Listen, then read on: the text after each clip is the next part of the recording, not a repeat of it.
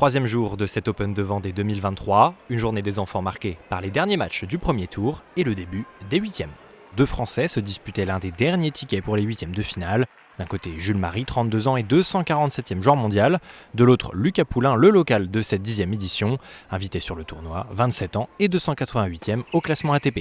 Jules Marie break d'entrée, mais alors au service, Marie va se blesser après un long échange, entorse à la cheville gauche pour le Normand. Après un moment de flottement et un traitement médical, Jules Marie reprend finalement sa place. Deux petits échanges pour se tester, mais la douleur est toujours vive. Le droitier de 32 ans abandonne. Fin de partie prématurée pour un match qui semblait parti pour durer. On ne s'attend jamais à gagner sur une blessure, donc voilà, c'est un petit peu dommage et pour nous et pour le public et surtout pour Jules. Content malgré tout de continuer dans ce tournoi, mais voilà, j'espère que c'est pas trop grave pour Jules et qu'il va vite se remettre.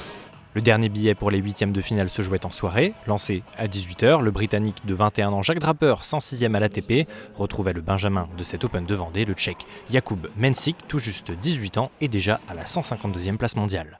L'ouverture de ce duel de gros frappeurs tourne à l'avantage de Mensik, qui break d'entrée la tête de série numéro 7.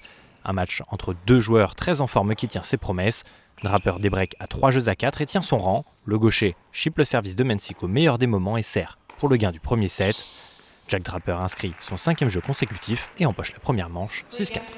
Le récent 8e de finaliste à l'US Open va serrer encore un peu plus le jeu. Intraitable, Draper cueille à froid Mensik et fait le break d'entrée dans le deuxième set. Intouchable au service et meilleur au retour, le Britannique prend le large avec un double break et conclut sans trembler 6-4, 6-2.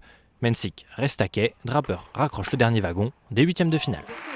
Un peu plus tôt dans l'après-midi, en 4e rotation, le train des 8e était lancé avec une nouvelle affiche franco-française. La tête de série numéro 1 de ce tournoi, Hugo Gaston, retrouvait le central.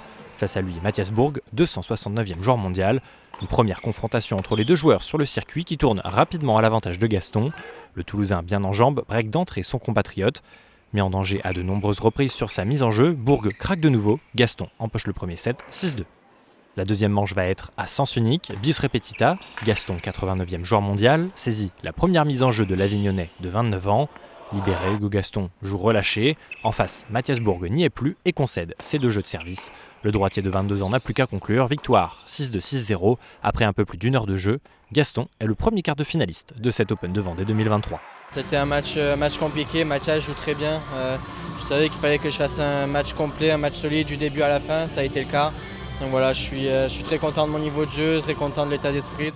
Un mercredi qui se clôturait avec un deuxième huitième de finale et un autre tricolore sur le court. Antoine Escoffier, 146e joueur mondial, était opposé à l'Ukrainien Vitaly Sachko, numéroté 163 à l'ATP. Un début de partie accroché où chaque joueur garde son service. Les deux hommes vont se départager au tie-break qui tourne à l'avantage du Français. Un deuxième set qui ressemble au premier, mais Escoffier parvient à breaker Sachko et sert pour le match. Ça passe, le tricolore de 31 ans s'impose, 7-6, 6-3 et défiera Hugo Gaston en quart de finale.